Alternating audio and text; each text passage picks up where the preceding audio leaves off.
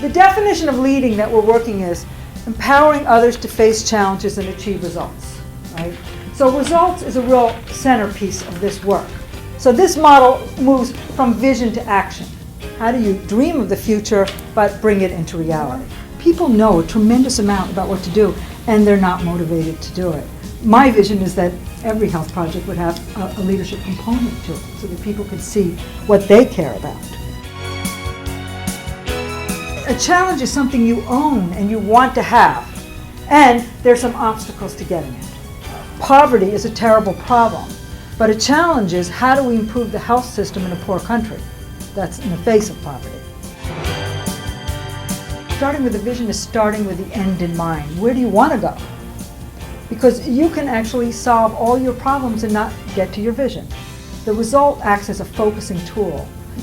Once you say it in a specific terms, I will do X number of something by May, now you're accountable. There's things you can directly control. There's things you can influence. And then there's things that you cannot control or influence. An important one to get in your control, you can control your attitude.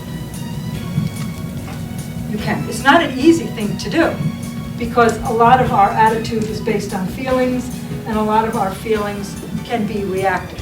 Results need to be smart. If you put a result down for 3 to 6 months and you have a system for checking it, you can accomplish it. So what the challenge model does, it slows you down to make an analysis before you take an action. One of the things that happens when you set up a result is you need to know the current situation. Now, the key thing on the current situation is to tell the truth. It's a creative tension, and the way it gets resolved is not by lowering your vision, but raising the current reality to meet it. Given your result that you want to accomplish, what is the truth about where you are now?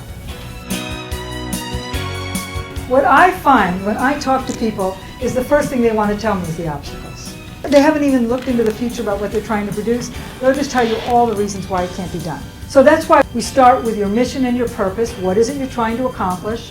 The vision is really to end, I will put end vision, the future. What do you see? What do you see when you're carrying out your purpose? So you all have that image. The way you frame a challenge, you frame it as a question. This is the leadership act.